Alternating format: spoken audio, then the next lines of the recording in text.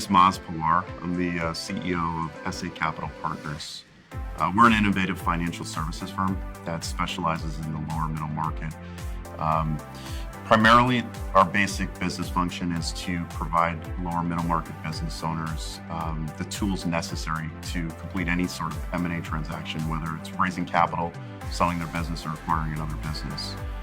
So when I mean lower middle market, we primarily focus with early stage companies, growth stage companies, essentially just giving them all the tools necessary to complete any transaction. I think what separates us apart from the competition is the whole idea of really giving an out-of-the-box solution, in the sense that, we help clients really, from a perspective of understanding their businesses. So throughout the process, there's an educational component to it. Most entrepreneurs, business owners that we work with, this is their first go-around in terms of trying to raise capital. So throughout the process, we hold their hands throughout the process in terms of making them understand, certain things that are necessary and needed and imperative to get a transaction completed. So there's an educational component to it, and we like to take our time with most of our clients that we bring on. I think the best advice that I've been given is to take my time. Every entrepreneur that starts their business, they have a tendency to scale their business, and I think it's very important to take a step back and making sure that your business model is perfected. In my business, the goal is to, as you scale, is to bring on more clients. We've taken a different approach in the sense that the clients that we do work with, we make sure that they're serviced the right way. We take our time with them. We educate them throughout the process. So it's not necessarily, a business model of, bringing on as many clients as possible.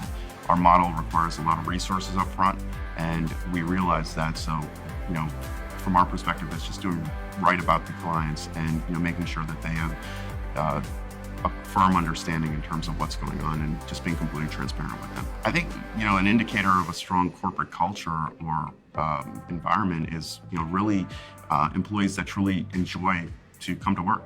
They enjoy what they're doing. They have a passion for it. They, have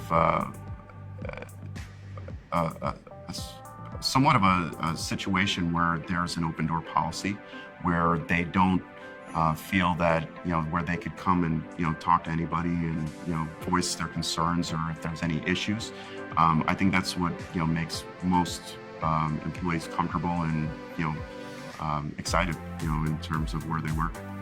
The top 3 challenges that we face as a business is our model is somewhat different.